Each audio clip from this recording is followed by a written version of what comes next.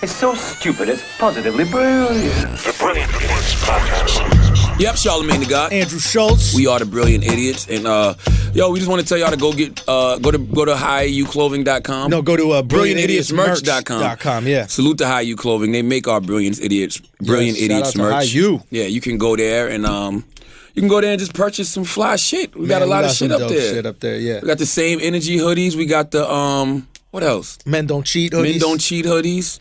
You know, the traditional Brilliant Idiots merch. Whatever you want to do, man. If you fuck with Brilliant Idiots, go there and get some merch. Thank you to everybody who voted for us for the BET Social Awards. Yes. This is a genius marketing plan because we do all the promo for the BET Social Awards. The BET Social Awards is genius, period. Incredible. I mean, and it's one of those genius things, you know, they be like, damn, that was right under your nose. No, it was literally right under your nose because you had your fucking phone. You're on Instagram every day. You know what I'm saying? You're on Twitter every day. You're tweeting about the Oscars like, yo, this shit is boring. Yes. What would be better? You're on Snapchat all the time. Yeah. Like, finally people are taking the internet serious. Like, stop acting like the internet is just like just another platform. No, it is the platform.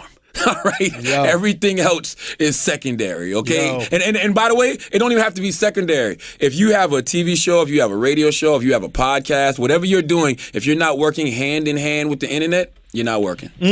You're not working. Yo, it's so true. Voting for round one is closed. They'll be announcing who the 5 finalists are tomorrow. Oh. I Tuesday. got an email. Or it will have already been out by the time. You got a. But I don't know. Maybe I don't want to like jinx it because I got an What email. the email say? Because this is Thursday. No, that shit. I think I gave me that shit last week or something like that. It Well, must be wrong. Read the goddamn email. I want to know what the email say. All right, let me look. So we don't know if we've been nominated or not. By the time this comes out, Well, you're nominated in the first round. We don't know if. how many podcasts were in the first round? Drink Champs, Bodega Boys, Rap Radar, The Read, Two Dope Queens, Button, Pod Save the People, Brilliant Idiots, Another Round, and Angela Rye. Tough crowd. Good tough shows. crowd, man. That's a tough one. That's a tough category right there. No competition. I listen. All jokes aside, competition. All jokes aside, I listen to 4 of those podcasts every week. I listen to Drink Champs.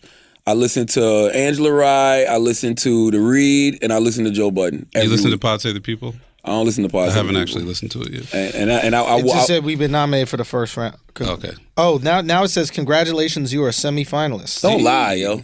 Congratulations, you're a semifinalist. They sent you a new email? BET Social Awards taking place live on February 11th. The show celebrates please note the semifinalists are voted on by the public and will be narrowed down to 5 final nominees. So we ain't shit more. yet. Yeah, we ain't shit. We might not even have made it. Get Andrew Schultz to the BET that's Awards, the people. craziest. That BET do the right thing, yo. BET do the right thing. Andrew Schultz to the BET Hey, Awards. BET do the right thing, bro. This is the thing. I want to piss everybody off and win a BET award. This is the thing. Yo, This is the how thing. crazy would it be if I got more BET awards than Will Smith? Listen. Yo, let's go. This is the thing, right? Now, they say it's voted on by the public. Yeah. I expect BET to be fair with that. You know what I'm saying? Because what can happen is they can look at all the votes and be like, nah, I don't fuck with that shit. I want the fucking popular vote to mean something. You don't want that electoral Right, I college don't want shit. that electoral now college. Hillary cheated the election. I see how it is. I can see us being one of the 5. Bro. How we wouldn't? Because I can see Joe Budden definitely being in there. I can see The Read definitely being in there because they have those like real active fan bases. Yeah. After that, I think we right there, baby. Who else is there? Drink Champs will be in there. Yeah. Jesus and Mero definitely be in there. Bodega Hive is strong. Yes, That Bodega Hive goes hard. They'll be in there. I think somebody told me they saw. Nah, I'm we trying not to gonna make find it, but someone gonna said make it it. was Stop Button and saying the that. Read. I'm gonna tell you why we not gonna make it. I'm gonna tell you something. Why? 2 Dope Queens definitely gonna be in there, and Angela Rye definitely gonna be in there. The black women. Ain't nobody going against black women right now. Bro. I'm telling you. You said So they're just looking through like, all right, we got to get rid of one of them. hey, I'm telling Which you. podcast has a white guy? Listen to me. I'm telling you, bro. There's going to be two Dope Queens and Angela's guaranteed 2 slots. I don't know if Angela's going to be in there. Black women. Yeah, but nobody listens. Are you crazy? Do they listen? Yes. I don't know. Oh, my bad. It's loudspeakers. My Yeah, bad. she get like 80,000 a week. I mean, yo, she be getting all the listeners, yo. Angela doing numbers. So I don't know. Whatever. You know what I'm saying? If we make it, we make it. If we don't, we don't. Why wouldn't we make it? We still gonna keep doing what we doing. Thank you to the 250,000 people that listen to us every week. Hey, numbers don't lie. Hey man, People lie, numbers don't. Damn near $1 million a month. Thank you. Let's go. I'm That's happy. all I'm saying. Thank you. I got a new tour coming out. Views from the Sis. That's right, Views from the Sis. It starts The 3rd of February, all right? LA won. I had a little challenge or competition, I don't know, whatever you want to call it, put on Instagram, and I said, whatever city in the entire world gets the most feedback, I'm doing a pop-up show there to start the tour off, and it's going to be in Los Angeles the 3rd of February, and it's going to be at the Hollywood Improv, 8 p.m. That's a Saturday. Come the fuck out. It's going to be lit. I'm super excited to get this shit going. If you're offended easily by things, do not come out. This is not going to be for you.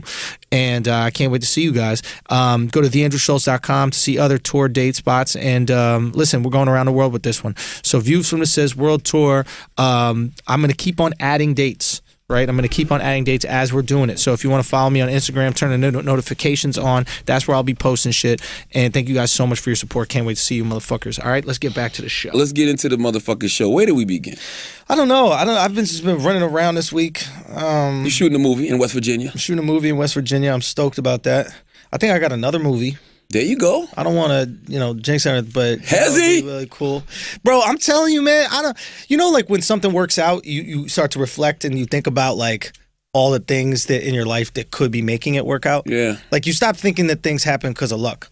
So now I'm going, oh, maybe it's because I'm dedicated to this content. I'm pushing shit out. I'm putting my stand-up out finally. I'm putting all these things out there in the world, and all of a sudden, that I'm giving the world is attracting things to come back to me. Maybe. Who knows? I don't know. That's what I'm going through in my head right now. But I think part of it was like, I just decided maybe 2 weeks ago, I'm just not going to give a fuck anymore. Like I was worried, like, oh, if I say this, will it come out in a podcast? And then when I'm going out for an X-Men movie, will they take away the role because I said something in a podcast? And I was like, you know what? Fuck that soft ass shit.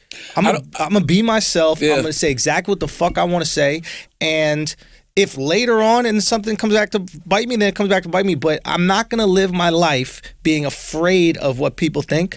If I feel a certain way, I'm going to say it. And I think I've always done that, but I just doubled down the last 2 weeks. And I haven't felt, I literally have not felt any better. Well, what you're saying is absolutely accurate. I haven't felt worse. You haven't felt better? I felt great. Yeah. I felt amazing. Yeah. What you're saying is absolutely accurate. And what people don't realize is at the end of the day, you got to be honest and you got to be true to self. And what motherfuckers don't realize, because I read SoundCloud comments and shit, and they're like, oh, PC to God, this and that. Y'all can call me whatever you want. I'm still being true to self regardless at the end of the motherfucking day. You know what I mean? Like, if I feel like talking about something, I'm going to talk about it. If I don't feel like talking about it, I'm going to say I don't understand. And I think that we live in this era where everybody's always chatting. Like, everybody always has an opinion. You have to have an opinion about something. You have to have a hot take. When a motherfucker sits back and be like, I don't really understand that shit, bro. Yeah. You know what I mean? And like, that's not being PC. That's just me saying I don't understand it. Totally fine. What do you want me to do? It's totally fine to understand. I've never tried to speak from a place of misunderstanding, and I'm not afraid to ask questions. Like, you should ask questions. Like, if I'm ignorant to something, I'm gonna ask until I feel comfortable in my understanding of it. And you can also just say something. We're allowed to disagree. There's this idea that everything that we have to say has to be a form of activism now. Mm-hmm. Like, you see it with comedians. Yeah. Like, and I think this is one of the issues that it's been a struggle for me to sell comedy, is that like this idea that like comedy and activism have been conflated. Like, that what your jokes need to also represent some sort of heroic effort in the world. Yeah. I'm going to fight back for Muslims. I'm going to fight back for gays. I'm going to fight back for black people. I'm going to fight back. I'm going to do this. I'm going to be the guy. So, I'm a comedian. If you really want to fight, be a politician. I'm not mad at that either, though. I'm not saying I'm mad at it, but I'm saying is that's never what comedy has been. No, comedy has always pushed back against conventional wisdom, right? Even Eddie Murphy, Richard Pryor, all these types of guys, Chris Rock, Dave Chappelle. How old is 15 really? What is Dave Chappelle's bit? How old is 15 really? I think they always look to comedians to speak about social issues. I think Jon Stewart changed that shit.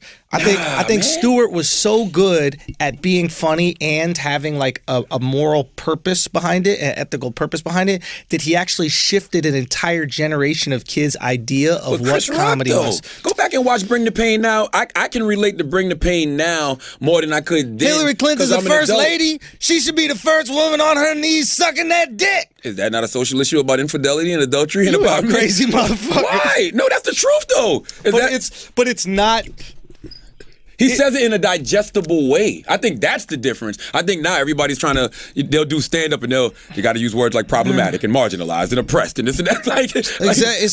Comedy is comedy. That's what we should be doing. You know what I mean? And we shouldn't be punished for the attempt to do comedy. You don't punish a fireman for the attempt of saving somebody, right? Yeah. That's his job, is to try to save people from the fire. Yeah. Now, if he don't save the people from the fire when he gets out, you're not like, you piece of shit, you need to never be a fireman again. You need to lose all of your fire deals. You need to lose all your water hose deals. You need to lose all those deals that you got. I can't believe that you didn't save that person. You go, yo, thank you so much for trying to save, because your intent is humor. Yeah. And as comedians, our intent is humor. Are you going to be offended? Good. Why shouldn't we be offended? That's freedom. Freedom is the freedom to offend, right? People go on your show or they'll meet up with you all the time, right? And they'll attack you. Yeah. They'll go at you. They'll say shit that's fucked up to you. Because they have the freedom to offend you. So you should also have the freedom to say something that's offensive to somebody else. And by the way, I'm sorry if I've never been offended by anything that you guys have said to me. But that's up to you. But when you restrict the freedom to offend, it's a very slippery slope. But I don't think that your approach should be to offend people. No, the approach is laughter. The intent is always laughter. That's what I say. And that's a good intention because you're a comedian. So your intention should be laughter. But secondly to that, but firstly to everybody else, should be honesty. Everybody should be honest with their feelings. Everybody should be honest with how they feel about certain subjects. Everybody should be honest about how they feel about certain people. What places, if your feelings don't match up with what is socially acceptable? So what? Now we're talking. So what? Now we're talking. That's the world. That's the real, like what I always tell y'all, the rule of 10. 3 people gonna like it, 2 people not gonna like it, 4 people just gonna be on the fence about it. Yeah. That's what I was struggling with, where it was like, I know there were certain feelings that wouldn't match up with like the collective conscience. Yeah. And then I said, you know what? Fuck it. We hard on these hoes in 2018. Because by the way, I don't know what y'all gonna agree with, and I don't know what y'all gonna disagree with. You know what I'm saying? So it's just like I would rather just say what's on my mind. Boom. You know? Speaking of, Monique, how did it make you feel that you can't even get a Netflix special? And I'm 10 times funnier than you. But Monique is turning down $500,000. You know how many razors she could get to shave her legs with $500,000? Would y'all stop it? I've heard this joke so much from so many comedians. Monique Ben started shaving her legs again. She should have never brought them woolly beasts out. That was crazy, bro. On the red carpet, that was crazy. She's being honest. She's being herself. Her husband need to be honest. Her husband need to say, listen, get yourself a shit Quattro. No, because listen, get yourself a shit Cinco. That contradicts everything we just said. How you figure? Because if you're going to say things that aren't necessarily the social norm or socially acceptable, or knowing that saying something that you know everybody else isn't going to agree with, sometimes you may do things that everybody else isn't doing. And not shaving your legs is one of them. Live your life. It's her life. It's like these fat chicks, they're like, I'm so brave. It's like, no, you fat. You're definitely fat. When do you guys think shaving legs became a thing? I was thinking about that the other day. We're not having this conversation. I'm serious about that. In 1863, upon the signing of the Emancipation Proclamation. No, I'm serious. Why were you thinking about this, Chris? I forget, but somebody was saying something about shaving legs. I was like, I wonder how long the tradition is. Can I tell you why you think about this? I know his wife doesn't shave her legs. Let me tell you why. I went to school. My school is half Asian. Right. Not a single one of those girls shaved their legs. Really? They might have less reason to. No. Not part of culture. Not part of the culture, Chris. Dominican. Right. No, they need that. Dominican with the hairy people. No. Hairy ones. Dominicans got some hair. Okay. Dominicans got like that like neck hair that kind of goes down, leave until their back a little. Got you. Like when you're hitting it from the back and you're like, that's a lot of hair. Yeah. That's a lot of hair that goes down your back. But Asians are not very hairy. Thank God. Right. It's amazing. It's my favorite thing. I'm not a big body hair person. I like them. So little dolphins, every single one of them. That being said, culturally speaking, the girls that had immigrated from China didn't tend to shave their legs in my high school. Is that true? I don't know. Sparse hairs. It's like 2 or 3 hairs. You know what I mean? Yeah. I think she has less reason to, maybe by like Western standards. Wait, your wife doesn't shave her legs? She does, but if she didn't, it wouldn't look like Monique. Why were you thinking about this, Chris? You didn't think about this for no reason. Tell us the truth. Why were you thinking about this? Talking about shaving legs or something. I don't know. What strand of weed did you have that made you start thinking about when did people start shaving their legs? Wait a minute. Are you on the ooey? I'm smoking a little indica now. Yeah, boy. I had some indica this weekend. Let's go. It was cool. Indica was cool. Indica's the right speed for me. Because I was in Brooklyn. Indica. I love that. I went to the fight at the Barclays. By the way, if you've never been to Showtime Boxing on Saturday night at the Barclays in Brooklyn, it is they best energy. Interesting. Oh man, you know how they talk about New York being like the sports mecca and how people would go to the Garden for Knicks games and stuff like that. The Showtime boxing on Saturday nights at the Barclays has that kind of energy. I don't know what it's just it's almost like a dangerous feeling. Yeah, it's like, je ne sais quoi. It's just like you don't know what's gonna happen. Like it's just weird. Like I think I've missed one fight in the past 3 years. I've seen Thurman, Porter, all of them, and it's like Spence, Peterson was great. Adrian Broner was there because he had a fighter on the undercard, and Adrian wouldn't sit down the whole fight. So he was Adrian Broner. Yeah, he had a fighter, Robert Easter, I think his name is. Or that's right. Yeah, he fought Fortuna. That's his fighter. They say AB picked up 150 for that fight, but he was standing up the whole fight, and I couldn't understand. I'm trying to figure out. I'm like, why is AB so invested in this fight? I saw the dudes from Toledo. I'm like, maybe that's his homeboy. But then throughout the fights, people would tell me that's his fighter. Yeah. So he's standing up the whole fight. Easter lost, didn't he? No, he won. Oh, he lost, but he won. Oh, okay, yeah. The judge just bad score. So it's funny because Adrian Broner's sitting behind Steven Espinoza, so he can see the scorecard.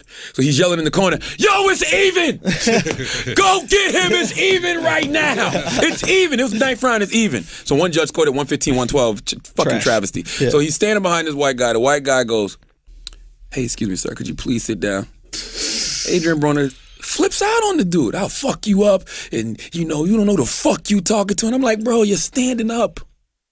The guy just wants to see the motherfucking fight. Yeah, he paid $5,000 for this ticket. Now, tickets. Sit your fucking ass down. What bugs me out is people around him, they didn't say, "Yo, AB, sit down, man. Let the dude see the fight." They tell the white guy, "Hey, man, he's with his wife and kids." What the fuck did that got to do with it? Because Adrian was with his wife and kid. I'm like, what that got to do with anything, man? Like, the dude should, sit down, relax. We all trying to see the fight. Yeah. And I just, but it added an element of danger. And then you had Adrian Broner sitting here, and you had 50 Cent over here with Leonard, what's Floyd's man name? Leonard Ellaby, Larry Ellaby? Yeah. 50's over here with Leonard Ellaby, and it's just like, wow, are they back there? Is Floyd and 50 really that Floyd cool? And 50 are cool again. It's this Brooklyn, Barclays, Showtime boxing Saturday night. Wow, amazing energy. Damn, I love it. Damn, I love it. And then after the fight, I went over to my homegirl Dolly house. She lives in Brooklyn, and we ordered oxtails at 1 a.m. And wow, I had oxtails at 2 a.m. What a time to be alive! Only in Brooklyn. What a great place America Only in is. Brooklyn. And I had on Tim's Shouts and to weed, Jamaicans, indigo weed. Wow. 2 a.m. They still cooking oxtails. Did you stroll Flatbush after? Absolutely not. I still respect. I called it quits right there. I still respect Brooklyn for Brooklyn. By the way, they was like, "Yo, let's go out." I'm like, no, we're not going out. No, we're not doing that. No, we're not doing all that. We're not going to the tunnel, guys. Come on, we're not doing all that. Okay, so but Monique. No, but back before we go to Monique, just this this whole boxing thing. You brought up a good point about telling people to sit down. Yes, and it's one of the great pleasures I get in my adult life is after paying for my own ticket. Yeah, telling people to sit down who obstruct my view. Yeah. When you're a kid and you go to an event, your father pays for the ticket. You don't have the same investment in the ticket.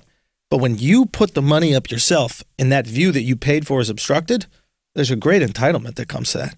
I have no problem cursing people out or sit down or getting people riling up my section because somebody won't, is just watching watching the fight or watching the game from the stairs, not even getting to your seat. Get in your fucking seat. It's a You're making great me nervous. pleasure. Motherfuckers is shooting up shit, bombing Why shit. Are you saying Sit down, bro. What's good? Sit the fuck down. Come on, now. Stop playing. You know what I'm saying? Remember that time we was at the fight and we saw the dude in there with a fucking backpack? And I was like, man, what's good? Hey, come on, watch him, bro. Come on, bro. And he wasn't a fucking Muslim or nothing either. Yeah, so we weren't stereotyping. White guy? Black guy? Dude with a fucking why the fuck he got a backpack? Yo, ISIS got him. Flipped him. ISIS flipped that. That's a trans ISIS. Real talk. No, for real. I don't play around. I don't play around at those events. No. It's not. I don't play around on a plane. It's not worth it. No. I will snitch so fast. It's so no. And Errol Spence is the GOAT. Yo, Errol Spence. He has the potential to be a GOAT. The box game, man. I'm telling you, this dude is the truth. Relentless. Yes, we just need. All we need out of all these boxes is more personality. Like if somebody like Errol Spence had Adrian Broner's cockiness minus the asshole attitude, he'd be the biggest thing in the sport. Keep the asshole attitude. Just give us some. The only reason Adrian is still boxing right now is because of his attitude. He's not elite. Yeah, he's not. But he can sell a fight because there are people that hate him and there are people that love him. He can sell a fight. Can he sell a fight? Adrian can sell a fight. He can sell a fight more than. Imagine Errol Spence had his personality, right? But lost as many fights as Adrian Imagine Broner. Adrian Broner had Earl Spencer's boxing skills. Oh my God! Then you have Floyd Mayweather. Biggest star in the world. That's Floyd Mayweather. He's on pay-per-view.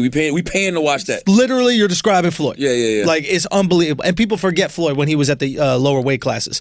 Like, when he took out fucking Castillo. Floyd was active then. Like, the way Earl is active and will bang on you, Floyd was banging Son, on it you. was unbelievable to see his work rate. Yeah. Relentless. Yeah. And he's fighting a guy named Lamont Peterson, who's known as like a great defensive fighter. So he just shells up, right? So you're just punching at gloves for 3 rounds. Yeah. I don't think Spence really connected with anything for 3 rounds. But once he started to break that shell, Nah, he was hitting him with body shots. Since body the shots, beginning but of the fight. still he's catching him on the elbows. I mean, he would get him every once in a while. But look, that shit Peterson's- hurts after a while. That shit adds Yeah. up, bro. Trust me, I know. After a few rounds, when you see Lamont can't really keep his hands up, Bro. them fucking body shots and them shots in the arms and shoulders and shit, Yeah. fucking him up. Keith Thurman don't want nothing to do with it.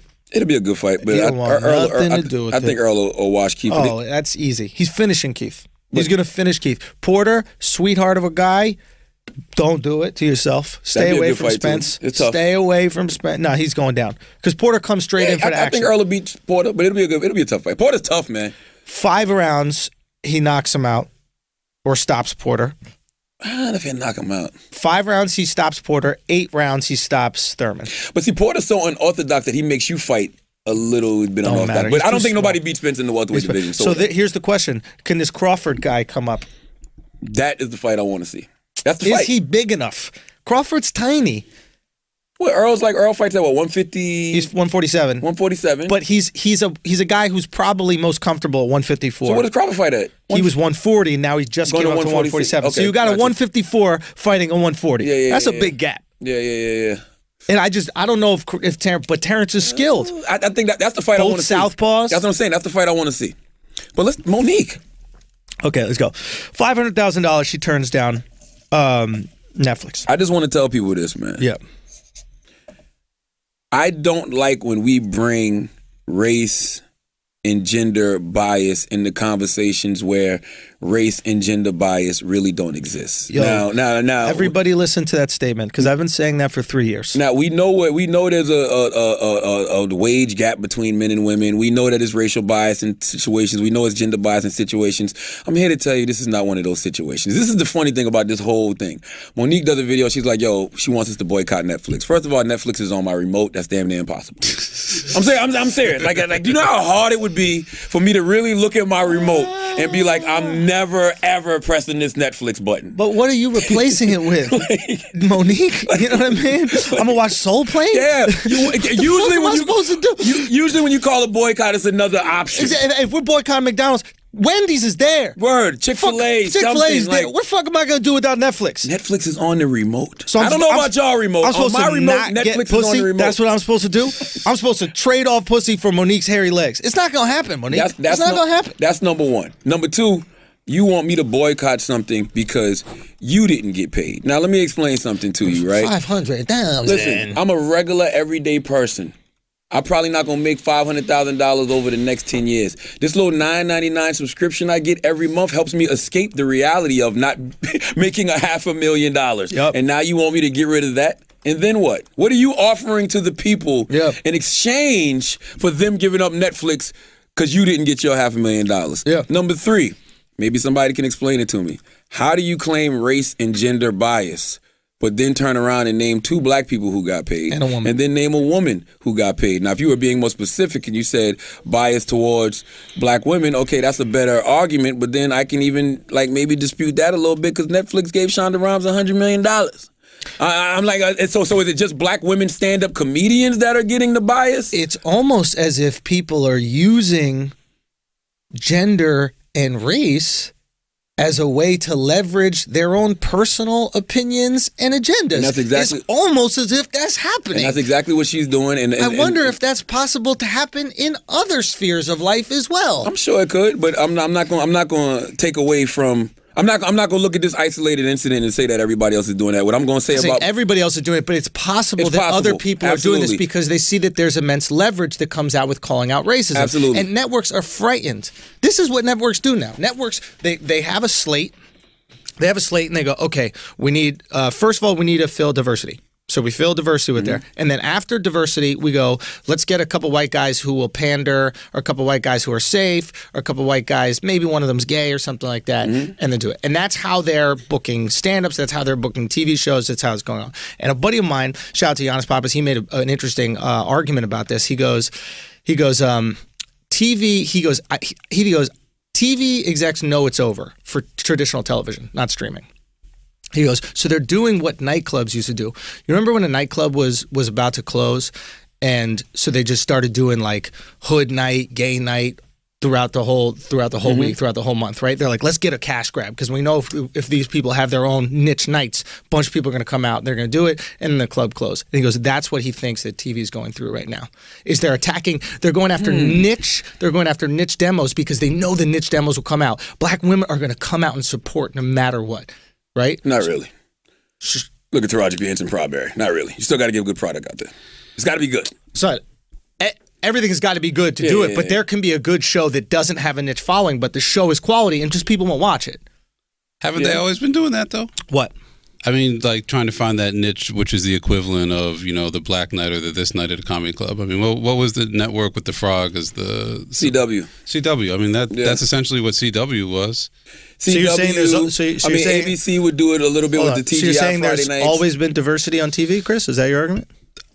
There hasn't always been diversity on TV, he's right. There's been that sort of what you would describe as like a very niche. No, Chris is right. There's like that was a very. I don't remember when that was. Maybe like the late '90s. Think about early NBC. 2000s. NBC used to have a Cosby Show and a Different World. Now you can say it was because Different World was a spinoff of Cosby Show, but no, that's the perception was like that's the Black Hour. Yeah, but that's the Black Hour. Yeah, like it's not right, man. That was the Black Hour. Even though both of those shows transcended. You know what's so race. funny? When I was growing up, this is what's so annoying about being an adult and like hearing everybody's fucking opinions about this. When I was young, I never thought of the CW as the black channel. I just watched these fucking shows. I just watched Fresh Prince because it was a good show. I just watched Martin because it was a good show. Like, nobody had a discussion where it was like, oh, are you appropriating this culture by watching it? No, because I didn't want to go to school on a Friday without watching Martin on Thursday night. Yeah, CW was the black channel because I had a conversation with Steve Harvey. But what I'm saying is that we didn't know it. I was unaware. I agree with that. I was completely unaware, and I grew up in a diverse environment. You know what's so funny you said that? Because I used to just look at Fox as the cool channel. Because Fox had the cool shit. Fox had Martin and Living Single.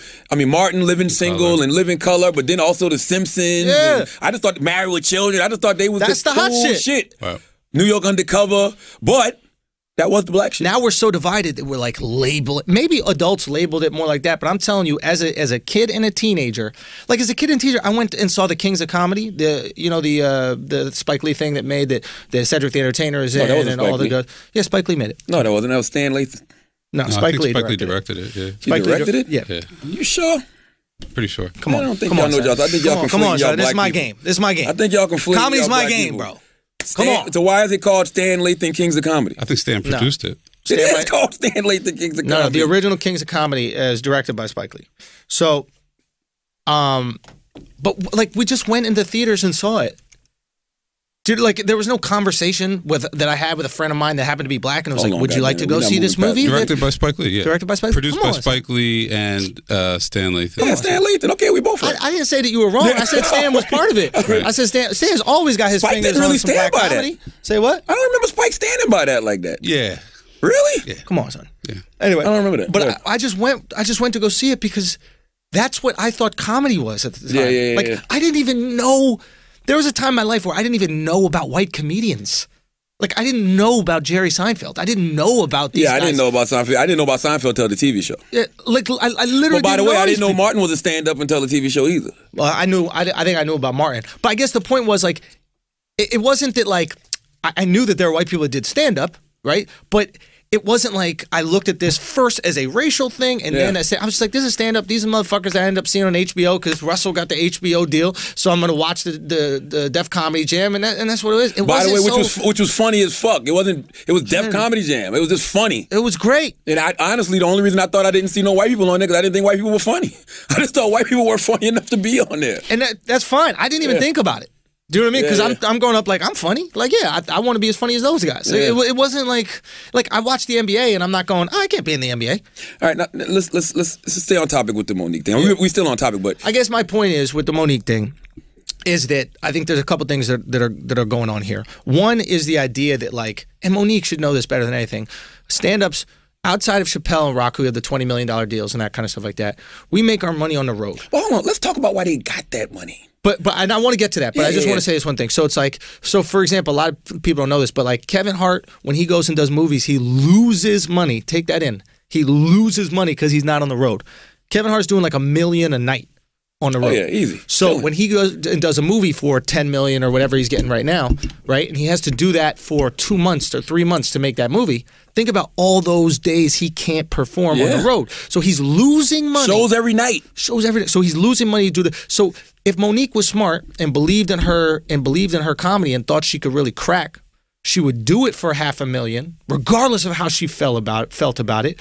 And then once it blew up, if she really thought that people would fuck with it, she'd go kill the road and be doing these theaters and doing fucking arenas if she really got it like that, and then be making millions of dollars. That's the smart play. Or she might just hold on to her set because her set may not be worth $500,000. So you made the argument. Yeah. That was really good. She might be on the want road. to retire the material. Yeah, she might be on the road making $30,000, $40,000 a night. Let me tell you something. Why I'm gonna give that hour up when I can go on the road and make fucking $500,000 in a month or two? This is the most frustrating shit for me about this shit, right? Is that, and motherfuckers who come see me when I go on the road will notice when I come back to a market, I try to give you a whole new 45. Yeah. Between 30 and 45, I try to give you a whole new 45. Yeah. And I'm doing that without TV deals to retire the material. I'm retiring the material out of respect for the 40% of the audience that might have seen it before. Yeah. You know what I mean? Yeah. Just off the strength because I love this shit so much. And I'm getting turned down from all these things. And I'm seeing things. And I'm understanding the game of it more. It's like, I'm not going to do that pandering comedy. Yeah. I understand you might be worried that my opinions could offend some people that watch your channel and then you might have to deal with some stuff. So I understand the business side of that. I do get that. But the same thing is like, comedy has always pushed the limits. You know what I mean? I can't do pandering comedy. I will push the limits. I will challenge the conventional wisdom because that's the funny shit to me. You know what I mean? But it is frustrating that networks have changed their idea of what comedy is. But you could be pandering to the so-called radicals. All of these people out here who want people to be so reckless with their opinions and so reckless with their mouth and say the wild shit that nobody else is saying. You can get caught up in that too. Yeah, I'll pander to great comedy. Yeah. So what's an example of a comedian that you think didn't pander that couldn't be successful now? I don't think any. Go back 10 years. Like I don't think any of the comics that we see as wildly successful outside of Chappelle could exist in this environment. I don't think Chris Rock could exist in this environment. Now these guys are so smart. Yes. Well, it's He's smart. different. Chris could. They're so smart. When I say exist, I mean like they couldn't do what they did coming up. Why not? Chris may because he's black, so he's not going to be accused as being like racist, you know. And he's also an oppressed person, so you can always rely on that. You can be like, but I'm oppressed, so I can speak about these things, you know. But in terms of the opinions Chris has had and how blunt he is, Chappelle's a little bit more cartoonish with his stuff, right? When he does the joke part, it's silly, right? It's a made up environment. Chris is like, yo, this is how the fuck it is. But Chris's look is like a cartoon. So it's like watching a Boondocks character. You know what I'm saying? You can still get away. Like I'm telling you, man, if you go back and watch Bring the Pain now, to me as an adult, it makes more sense to me now than it did back then. Back then I was just laughing. I thought it was funny. Oh, niggas versus black people. But now that shit just makes so much sense. But let's talk about Chris and Dave and Amy, because those are the examples that Monique used. Now, if we're going to talk race bias or we're going to talk gender bias, it's really not even a fair conversation because, number one, Monique would have to have, and I'll just keep it at Amy. And Monique would have to have the same amount of success in the past couple of years that Amy had.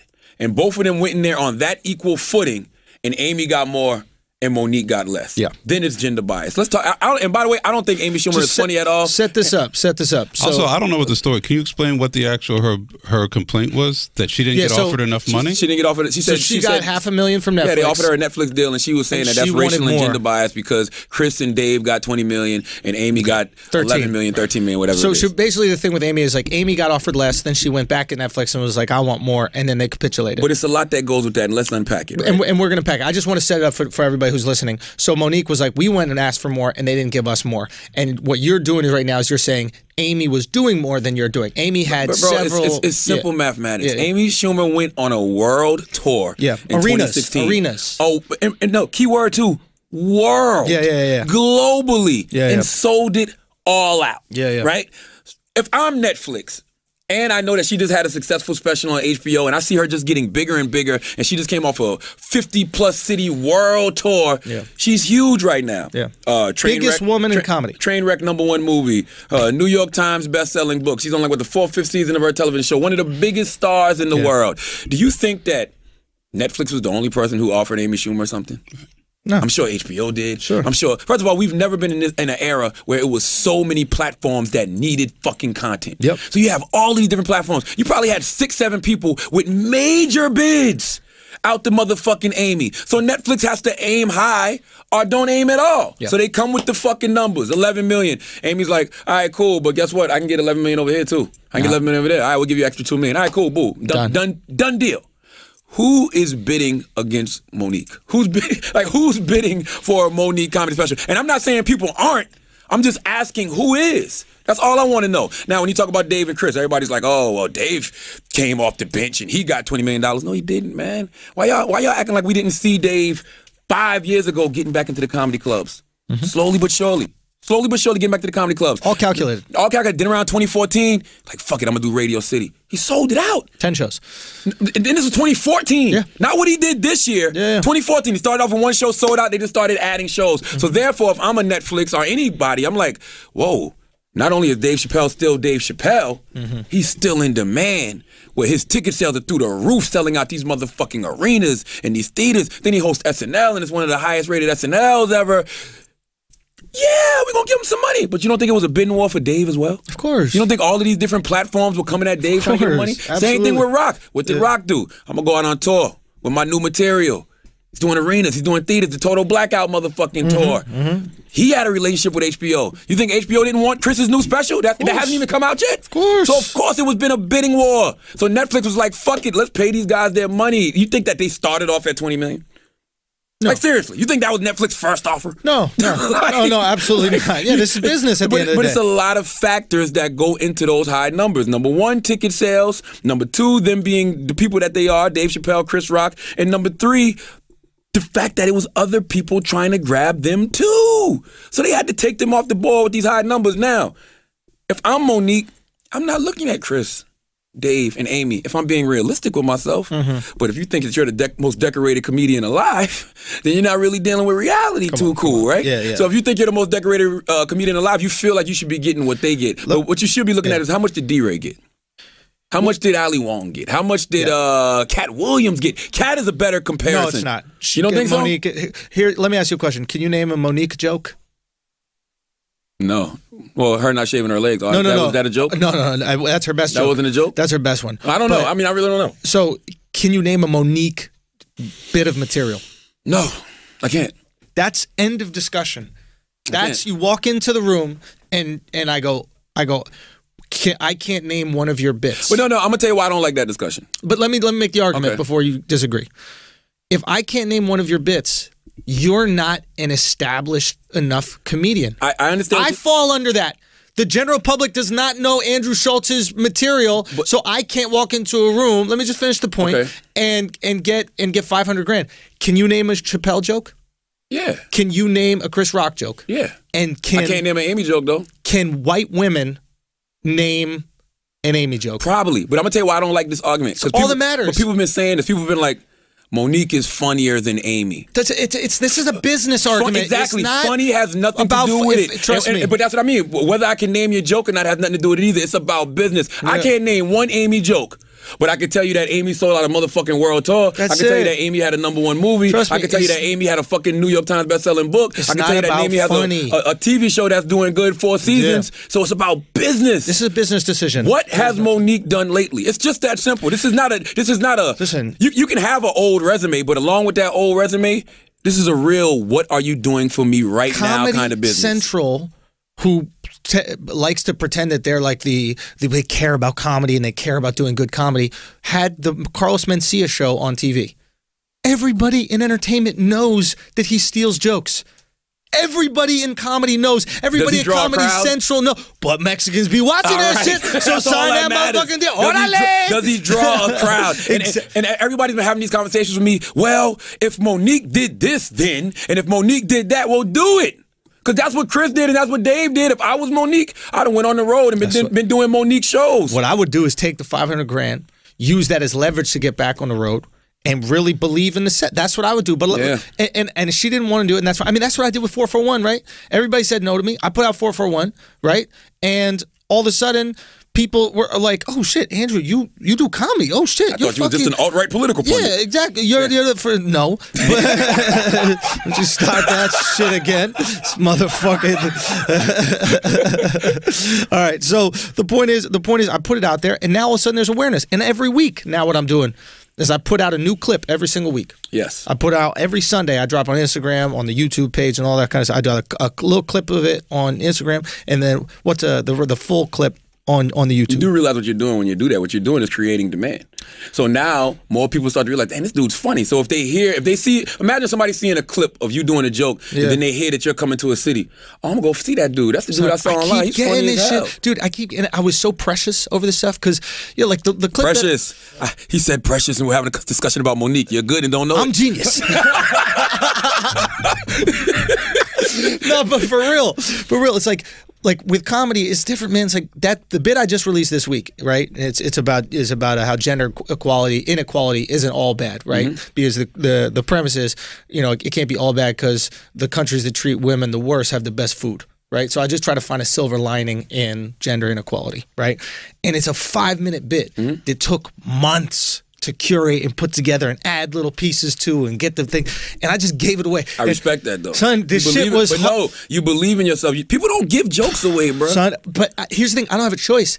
And I've realized, like, if nobody's going to put it on, I have to put myself on. And I'll tell you something. I put it out there and motherfuckers start watching and they're like, oh, shit, this guy's actually funny. Oh, shit. And then I realized it was stupid of me to assume that people just knew that I did comedy, would get up out their house, put on clothes on a Saturday just because I'm in their city. No, I got to show you what I do. It's Costco. I got to give you the free sample. And if you fuck with that spinach artichoke dip, next time you're in Costco, you're going to buy the spinach artichoke dip. Yeah. So that's what I'm doing my shit. I just wish that I wish What's-Her-Face did that. Yeah, and I mean, we keep talking about, Monique's a legend. And yeah, she is. But guess what? Once again, you're not going in there negotiating with your old resume. You're going in there negotiating with your old resume as well as what are you doing right now. Now, it's two things that she said in the Sway interview, and I gave her a donkey of the day today. And the reason I gave her a donkey of the day is because, not because she decided she didn't want to have $1 million from Netflix, that's her business. Because if you really feel like you're worth more, then guess what? You'll go somewhere and get more. Yeah. But what happens when everybody else offers you the same thing? Is everybody racially biased now? Is everybody gender biased now? When you got 3 or 4 companies telling you the same thing, like, oh, Monique, I just think your market value is this. Is everybody gender biased and racial biased if that happens? The free market just told you what's your word. Now, she told Sway. Yeah. She's the most decorated comedian alive. I love Sway. I worship Sway. He's a radio icon. She is the most decorated comedian alive if we're considering body hair decoration. Stop it. Okay, so listen. So I wanted Sway to ask this one question. Yeah. How? Yeah. How? Why? Yeah. Why do you feel that way? Because she may be and may enlighten me, but when this is the conversation I was having with one of my comedian homies last night.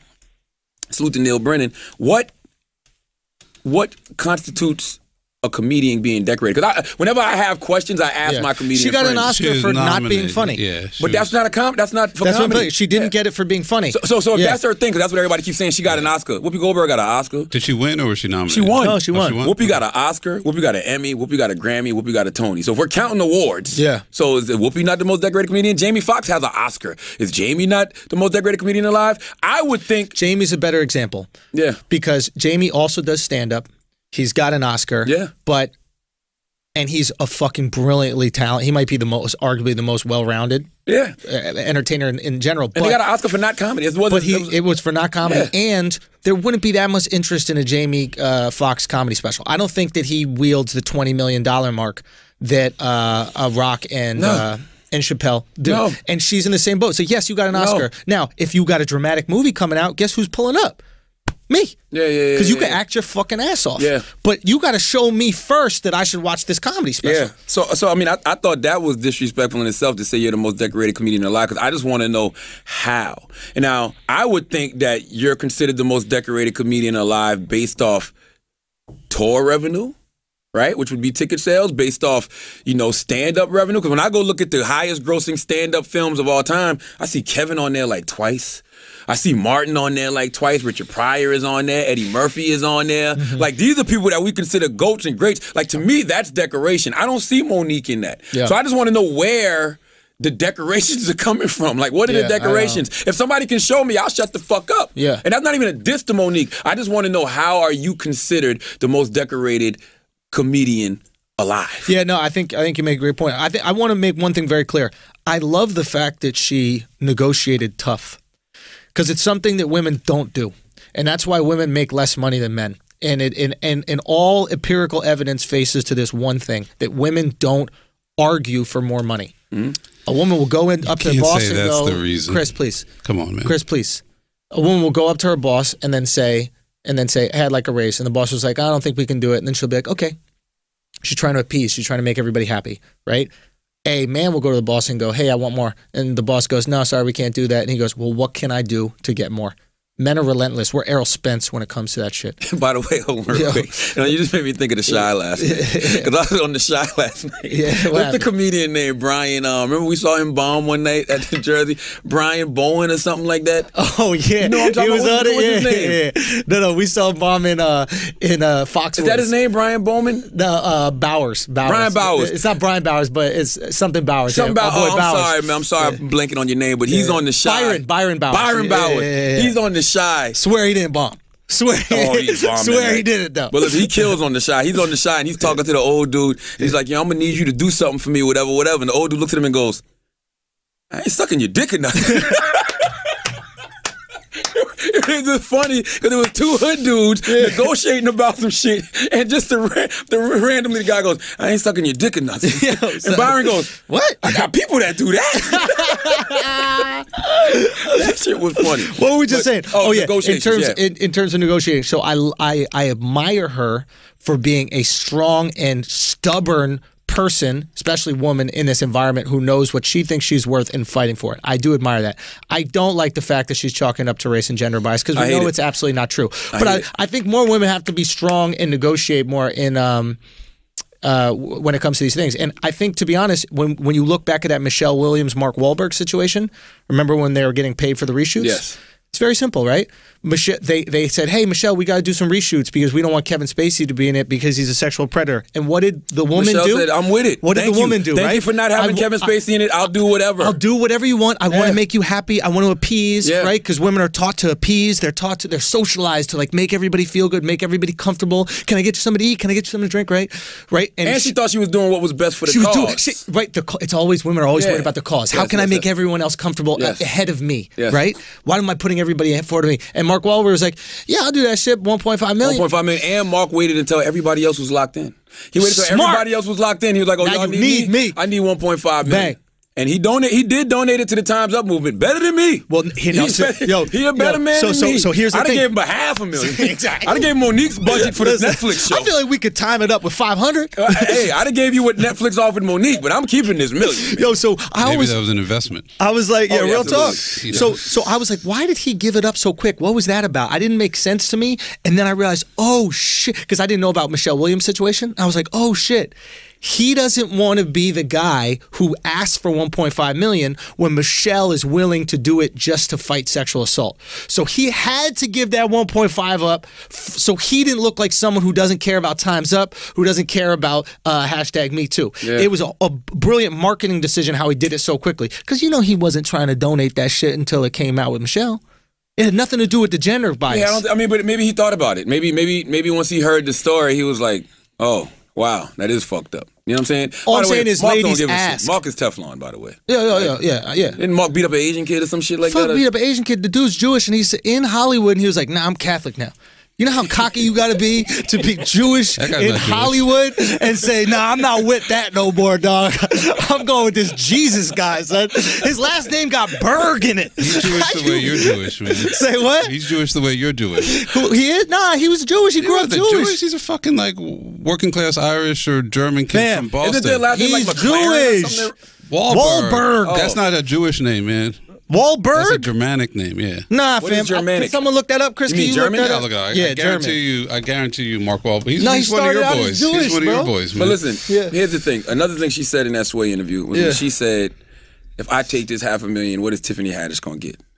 I'm not going to lie to you, man. I thought she was really going down a deep slope of delusion, but when she said that, I'm like, yo, Monique really has no idea about what's going on in 2018. And I respect the confidence level, right? Nobody more confident than fat black women. Listen, bro. Nobody. Nobody. I respect. She's not really that big no more, but she still got the mentality. But I respect. Shout out to Van Lathan. Yeah, it's just truth to all everybody that's going fat to the future. All right? No, for real. Some people are in that fat to the Yo, future son. mindset. Listen, I respect the Can I confidence. just say what you do that's so funny on our group chat? What? Anytime Van says anything where he comes at Charlotte and disagrees hard with Charlotte and goes heavy, it could be about any topic in the world. And Van would be like, honestly, you don't know shit about Black Panther. Charlotte would totally disregard what he says and be like, yo, you fat, You used bro. to be fat. You used to be fat. I'm still fat. You know what I mean? Ain't no fucking adamantium suit could fit your fat ass in. but no, seriously, all jokes aside, Tiffany Haddish is red hot right now. Yes. I can guarantee you that Netflix would have offered her more than $500,000. Absolutely. Okay, I guarantee you, Tiffany has a Super Bowl commercial coming out with Groupon. Hot. Yeah, she did a deal with Groupon.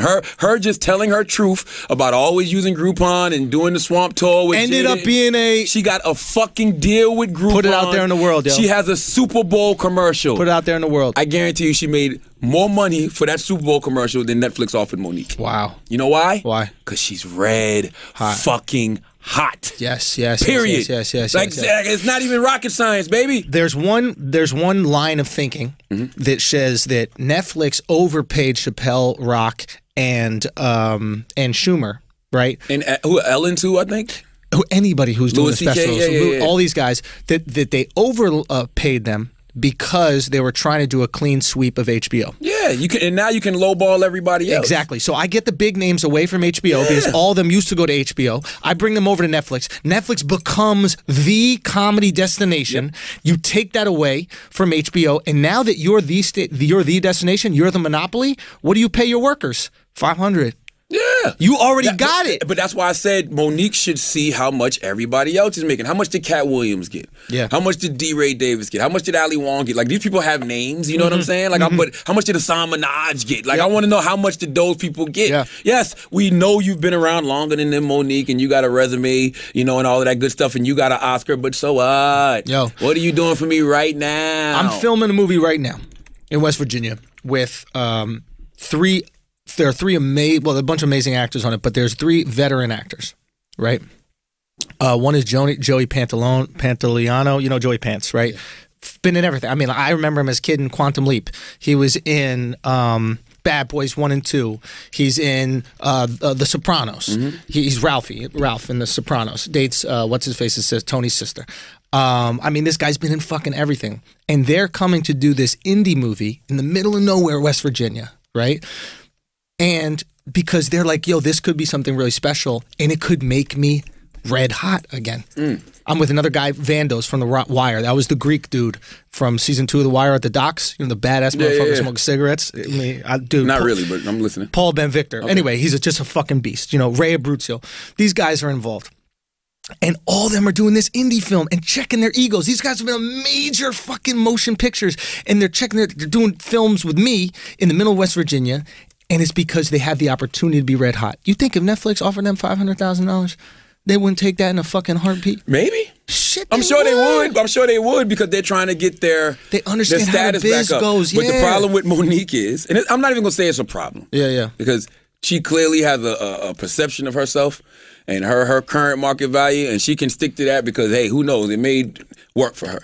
But the thing is, she feels like she is on the same level as the Chris Rocks, the Dave Chappelles, the Amy Schumers. The truth of the matter is, she's just not. Like this is simply about who's hot, who's not. Yeah.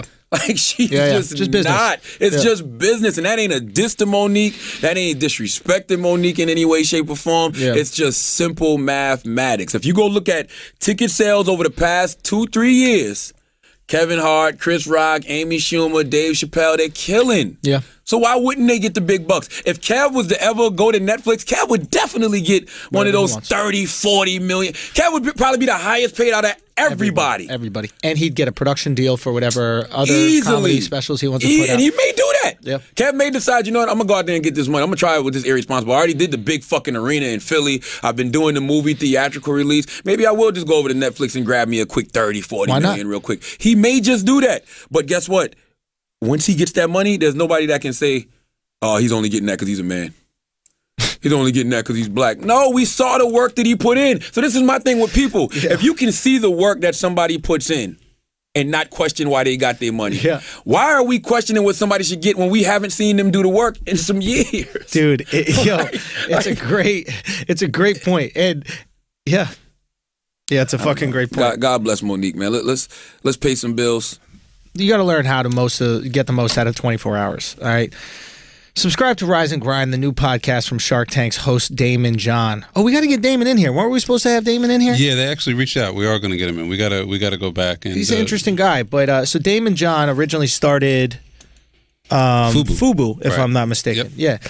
And you've seen him on Shark Tank, a successful entrepreneur, understands the business game very well. And I think one of these things that I'm ignorant to about business and about money is there's a way to it's a skill much like basketball. There are skills to business and there's skills to finance. And when you understand these skills, it's you can actually make money. And like me, I just get money and I put it in a bank because I'm financially illiterate. I'm just ignorant to the idea of making money. When I talk to my friends who actually understand money, immediately they're like, no, what you got to do is be leveraged over here and take all this and put it in your Keep flipping IRA it. because flip and and it's amazing. And the same way that you and I might understand content creation or Right. or you understand writing or I understand comedy, these motherfuckers understand money and business. And Damon's got one of these podcasts and it's long before he was helping entrepreneurs on Shark Tank, he was sewing hats by hand at his mom's house in Hollis, Queens, and selling them on the street. So it's how did Damon turn that business into Fubu, a multi-billion-dollar fashion company, and he basically just learned how to out hustle the competition every single day. So on Damon's new podcast, Rise and Grind, entrepreneurs like Barbara Corcoran. Shout out to Barbara Corcoran, by the way. My argument earlier about how women don't ask for raises comes from her. Yeah. No. The argument that I made is verbatim from her lips. So Barbara Corcoran is one of the biggest real estate moguls in New York City. Sure. And the Corcoran Group. And they asked her, why do you think women make more or less? And she goes, I can tell you because it happens all the time. They come in here and ask for a raise, and I say no, and they walk away. Right. And men come in here and ask for a raise, and I say no, and they go, how do I get it? And what I'm saying, and my argument for that was really, and we'll get back to this, is this, we have to socialize women into thinking that they can do it. We have to let them know, hey, go ask for your money, get your fucking money. I don't mean they can. They have to. They have to be like Monique. You want to, you know what I mean? Because No, be dudes like out Barbara here, Corcoran. yeah, be like Barbara Corcoran. Corcoran. Sure. Better example. Yeah. Anyway, learn how to fucking hustle, man, because these people are out here. You know, Tyler the Creator's on there. Wendy Williams is sharing secrets on how they used to outperform and outwork their hustle and just get to the top. So the first episode has Gary V. You know, that's a brilliant idiot guest right there. My guy, Gary V. Hear how he turned his family wine store into a massive online business and built a media empire in the process. Subscribe to Damon John's new podcast, Rise and Grind, and Apple Podcasts, Stitcher, and wherever you listen to podcasts. I actually, I sat with Damon John this week Really? at the Foot Locker store in Times Square on Okay. 34th Street. Well, the jig is up. We're recording this on a Monday, and it's coming out on Thursday. So tonight, that's what I would be doing. So by the time you see this on Thursday, it would have already happened. It just sounds dumb to try to talk about something you haven't done yet. But do we do that? No, we're No. just honest with No. these people. Like, No. you know, I'm filming. I had to, to work this out. Now, salute to, what's the young lady from Love and Hip Hop? La Negra. What's her name? I can never pronounce her La name. Negra is her name? No, her last name is La Negra. Oh, the Black? What is it? Nobody here knows her name? Amara, I think it's Amara La Negra. I know this might be a surprise, but I'm not a big follower of Love and Hip Hop. I haven't watched Love and Hip Hop in a long time either, but she's a Dominican woman. She identifies as Afro-Latino. Laura La Negra. Amara La Negra. You know what I'm saying? Beautiful woman. People are mad at Charlemagne. Once again, they were mad at me this week simply for asking questions. I like Amara a lot. I just think that when she was on the Breakfast Club, she was conflating two issues, which were kind of confusing. She was conflating the colorism that exists in the Latin community, and she was conflating it with the colorism that exists within the industry. And, you know, she was saying that she's trying to break into mainstream American music, but it's hard because Latin people make it hard for her because of her skin color. And I'm like, well, what do Latin people have to do with anything if you're trying to make it into mainstream America? Like, it was just she was conflating two different issues. The last thing you want to be in entertainment right now is white, trust me. Just trust me. No, she's not white. She's black. She's black. That's what I'm saying. The last thing you want to be is white. She's like, I'm black. It's hard for me. Yeah. And I'm like, no, this is a good thing. This is a good thing. Yeah, but I mean, once again, people are upset simply because I was asking questions. Like, it was one part during the interview where I asked her, "Can you simply tell me what the struggle is?" Like, I just want to know what struggle are we talking about exactly right now? Are we talking about colorism within the industry? Yeah. Or are we talking about colorism socially? You know what I mean? And I think she tried to explain it to the best of her ability, but it was just kind of confusing. And we was having a conversation about colorism, and I was just saying, what was she saying? I don't even totally recall. Just basically saying how it's tough, and like, you know, she was talking about Dominicans or whatever, and I was like, well, how do you explain Cardi? Like, and basically it was because Cardi's light skinned. There's always an That's excuse. why she's winning. That's not. So two things are true in this situation. One is there colorism in Latin America and around the world. Absolutely. Yes. And the idea of colorism is the lighter skin you are, the better you get treated. And I'm not going to lie. In my Latin friends' families, like my Mexican friends' families and shit like that, like the lighter skin baby is loved. The darker skin babies are doing housework. Like, son, I'm telling you, they treat the darker skinned babies like the maids and shit. Like, if you got some blue eyes, you can't do nothing wrong. You could kill somebody. And your abuela is going to be like, but ojos claros. He has ojos claros. You know, you're forgiven for everything. So that is real. I mean, if you even look at the former dictator of the Dominican Republic, Trujillo, right? What happened if you look at the money and if you just look at pictures of him, they would paint a new picture of him every year. And during his reign, he got lighter skinned every year. He was like Sammy Sosa before Sammy Sosa. He starts out as this like dark brown dude, and by the end, he's more pale than some fucking extra on Boardwalk Empire. So there is colorism that exists out there.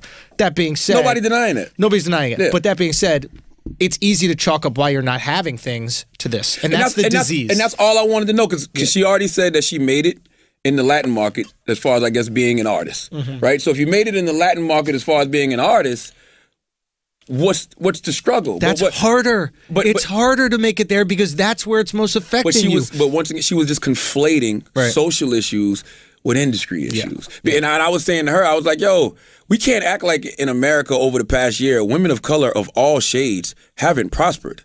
Like, you know, I can understand how back in the day colorism was a thing in the industry, but I'm not saying that it's totally gone now. But let's not act like in 2017 women of color of all shades didn't make extraordinary strides. They the shit. Whether it's Cardi B, SZA, Tiffany Haddish, Ava DuVernay, Issa Rae, like it's a multitude of them that's out here popping. Dude. So guess what? If there's never been a dark-skinned Dominican woman in the industry, you'll be the first. Yeah. And guess what? Black people are the first all the time. And like, we're the first something trust me, all the time. Now it's good. Now you want to do. There's a new Pokemon movie coming out, and the kid who is the head of the star of the movie, he's black. Yeah. I don't even know what that means. I thought Pokemons were like fucking colorful not fucking creatures. Pikachu, the guy who carries. I was like, what? They got a black Pikachu. Bulbasaur is Asian. By the way, that probably looks terrible. Oh, I'm saying I'm saying the guy who carries the ball around and got the Pokemon. I think Ace is his name, or Ash is the character, right? And because a friend of mine was going out for the role, and they went with a black kid. So that's the way that the industry is going, right? The industry is like, I want diversity. I want to push diversity. I mean, he should be a Japanese kid, right? Because isn't Pokemon Japanese, right? But I don't know. all I'm saying is it's kind of interesting, right? If if a white guy ends up playing a character that should be Asian, it's the most racist thing the industry has ever done. If a black guy ends up playing a character that should be Asian, it's like, wow, we're really progressive and diverse. I'm just telling you, I have an inside track with like what's going on in the industry. The last few things I've done, like I play the funny friend in things. That's what I do. The last few things I've done have taken place in 1973 or 72. When white people were popping. 1983. When white people were popping. No, before white people had minority friends. You know what I'm saying? Like, if it's in 2017, your friend is Asian or Muslim or black or something like that, there's no funny white friend. It's always these random acts of diversity in all of these different TV shows. I'm watching The Chi last night, and the woman on The Chi has a lesbian girlfriend. Just all of a sudden, randomly, for no reason, this woman comes out in a male uniform and they kiss, and I'm like, oh, okay. And you know, I wasn't like shocked by it because I kind of been primed for it the past year or so because G-Eazy made a song about how his mom left his father for another woman, and I think about the Jay-Z song where Jay-Z talked about his mom being in love with another woman, so it wasn't a thing, you know what I mean? Like I kind of was primed for it, but you know, I'm gonna be honest with you, I don't even like having conversations with know-it-all motherfuckers. Yeah.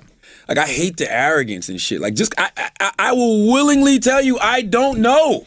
You know what I mean? I'm not up on the whole Afro-Latino thing like that. So when somebody's explaining, when I think I have an understanding of something, and somebody's explaining it, but not even necessarily explaining it in a great way where it was confusing, what's wrong with me being confused? Motherfuckers was literally leaving me comments all week. Yo, you be playing so dumb. No. I'm dumb. I was genuinely confused about this because it was just, she was literally, to me, conflating two different arguments. She was conflating colorism socially in her country or where she's from or amongst her people, and she was conflating that with colorism in the industry. So what you, and I can't speak for you, but I would say this, and this is something that I struggle with. It's not know-it-alls. It's people who lack objectivity. Malcolm Gladwell is a know-it-all. But when you speak to him, we had him on the show. Yeah. When you speak to him, he listens to your point of view, synthesizes it, and then makes an objective response based on the information you give him, not an emotional one. This girl that you had on, if you disagree with her, she's going to get so emotionally tied to this that she's so tethered to this idea. Her bias is there. She can't check her bias. Yeah. So no matter what you say, even if you present good arguments, she's like, no, you don't understand. Well, no, it's colorism. You don't understand. I was never trying to tell her colorism doesn't exist. I was just saying that I feel like a lot of doors have been knocked down by women of color, but then now I'm getting tweets about people saying you were naming all of these different women that weren't Spanish or Dominican or Latino, and I'm like, well, wait a minute, we weren't just discussing Latino women, were we? Colorism, I thought we were. And then they kept talking about this guy named Young Hollywood who was on the Love and Hip Hop telling her that, yo, you got to look like Beyonce and you got to straighten your hair, and I said to her, well, who the fuck is Young Hollywood? Why are you listening to this motherfucker? Like, does he represent the whole industry? Because I'm telling you, man, to sit around and act like women of color of all shades haven't knocked down a lot of doors is fucking foolish. Yeah. They've knocked down a lot of doors over the past year in every form of entertainment, whether it's political commentary like Angela Rye, whether it's entertainment like Issa Rae and Tiffany Haddish, and rap like Cardi B. Like, it's different. Like they the shit right now. They're the ones that's mainstream America is embracing and saying, yo, this is the new standard of quote unquote beauty. So, and guess what? This young lady's gonna be, I think she'll probably be a star too, based off the buzz that she has. People seem to love this woman. I've never heard a song from her. I haven't seen her on Love and Hip Hop, but people seem to love her. So once she makes it, what's the niche then? Yeah, what's what the happened? Excuse? Did everything get fixed when you make it? That's what I'm saying. Like, it's just weird to me. I think there's a certain part, and I'm curious to speak to people about this and understand, like, I believe it's very important. Diversity and all these things are incredibly important. We need to push for it. I wonder if on some level there's this part of them that goes, did I earn this? Or is this a quota? What do you mean? Like, when you're saying, oh, it's fucked up, there's not enough black women here, or there are dark-skinned Afro-Latino women aren't being taken seriously or given opportunities, and then you get an opportunity after complaining about that, right? Do you trust that you earned it off of your merit, or is in the back of your head like, oh, I'm just here as a diversity piece? Well, I want to earn everything I get. That's why, I mean, don't get me wrong, it bothers me, but like, maybe opportunities not being there for me that bothers me. But at the same time, it's like what I did get, I fucking earned, yo. I mean, that's a very interesting question because I often see people saying things like that when they don't get what they want. You know what I'm saying? Explain. Like when they don't get what they want is when they say, like how Monique did, oh, it's racial bias, Exactly, or it's gender bias. But when you get what you want, it's like, oh, I've worked hard for this. This is not a diversity quota. This is just because I'm so talented. Yeah, but it's it can't strange. go that way, right? And maybe you know it's hard for me because if I like something, I like it. You know what I'm saying? If it happens to be black, great. Of course, I'm definitely rooting for everybody black. You know what I mean? But if it's good, it's good. Bro. And if it's not good, it's not good, regardless of what color it is. You know what I mean? It's always a plus when somebody's black and from South Carolina. If you're black, That's your and tribe. you're That's from the what- South, yeah. I'm like, yes, boom. You know what I mean? It's always a plus when that happens. I love to see, black women prospering. You know what I mean? I got 2 daughters. I got a wife. I got my whole team is damn near black women. Yeah. So yes, I want to see my people win. Yep.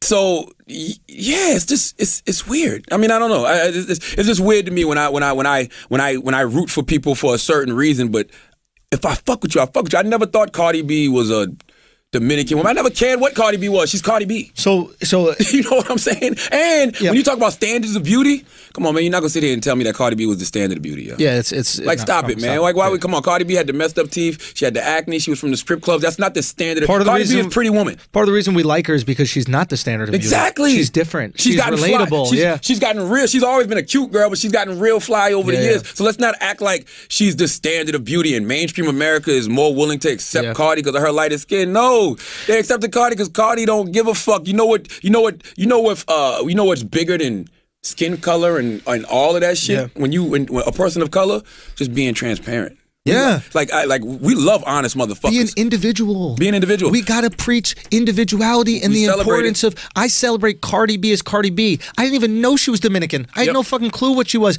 The idea of having individual spirit and getting behind that. Charlemagne the God, you are Charlemagne the God. You are not Charlemagne the God, the black man. Yeah. You're Charlemagne the God. You happen to be black. Yeah. My whole life, people are like, Oh, no, I'm yo, the black man. Andrew. You know what I'm saying? Yeah, I got you. But people will be like, yo, Andrew wants to be black or Andrew wants to be this. He loves hip hop. He wants to be black. I love dope shit. Sometimes dope shit is black shit. Sometimes it's Asian shit. Sometimes it's white shit. I love dope shit. You know what I'm saying? That's what I'm drawn to. Great content. And now, if it happens to be made and originated by black people, God bless. But there's shit that black people made that I don't fuck with. I'll be honest with you. I don't care about tap dancing that much. I don't like tap dancing either. You know what I'm saying? I've never been a tap dancing ass. I'm just saying, you want to talk about Xavier Glover. All right, that's cool. You can tap your toes and shit like that, but I really don't give a fuck. I don't care about tap dancing. Rap, cool. Yeah. Basketball, cool. Yeah. You know what I mean? These things I'm into.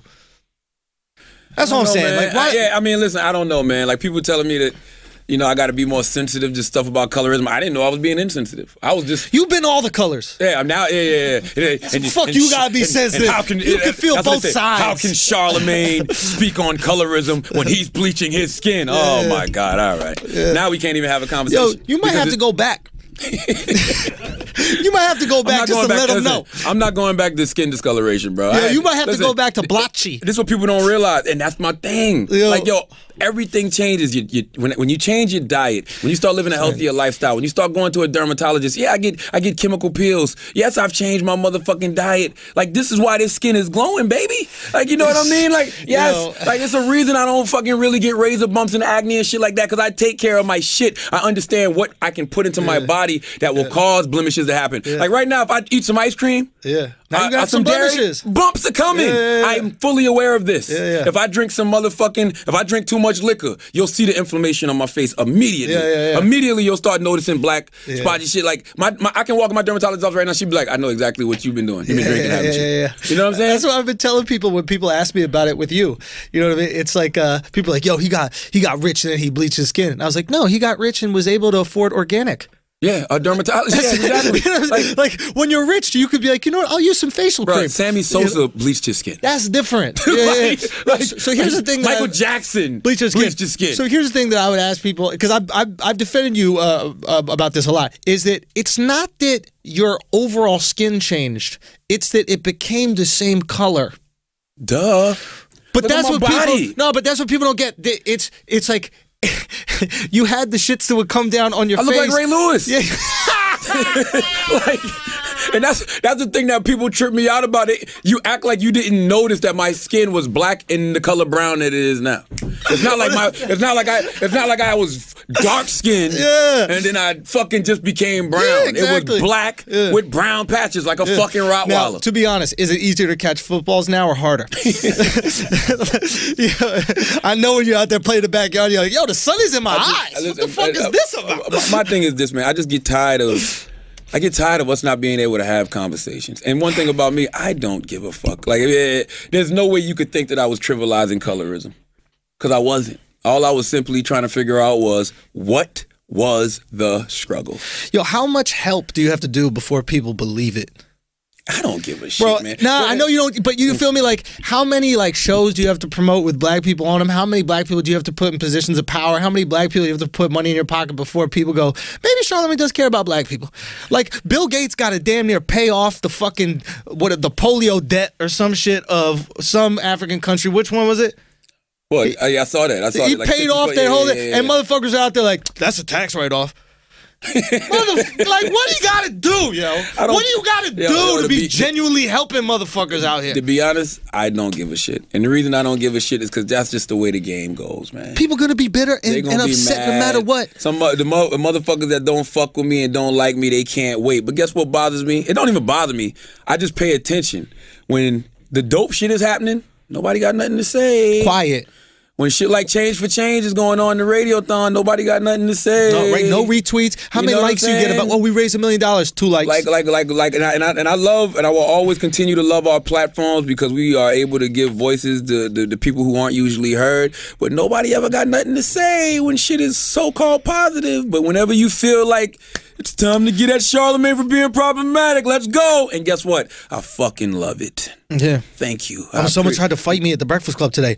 Oh shit! Watch this video. Yo, they saved the kid with cancer. That's what you're supposed to do when you got money. Oh no! What else you supposed to do? No, they ain't nothing but a tax write-off. They just doing that because somebody up there got Me Too. Exactly. Charlamagne been grabbing pussies again. That's why you saved people with cancer. By the way, it's always like that.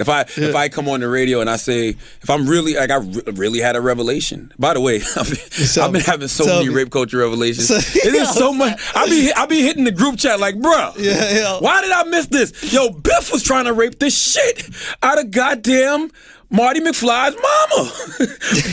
Biff saw George in the car and was like, well, Marty, snatched Marty out the car, looked and saw it was Lorraine and said, well, look what we have.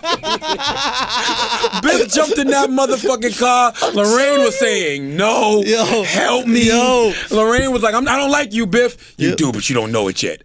God damn. Son. Biff was really trying to rape Lorraine. Yo, people were okay with the salt back in the day. Look at Titanic. I didn't never watch Titanic. You never watched Titanic? Never watched Titanic. Anybody on the room has watched Titanic? Never watched Nobody Titanic. here? Never seen Dwayne, you shit, seen Titanic? Thank God. Alex, you seen Titanic? All right. So there's a scene in Titanic. Remember when Shorty wants to jump off the back of the boat? Okay? Jack, which Leonardo DiCaprio character, jumps. She takes off her shoes. She's about to jump off the back of the boat. He runs back there, and then he saves her and brings her back. Right? She's screaming and yelling.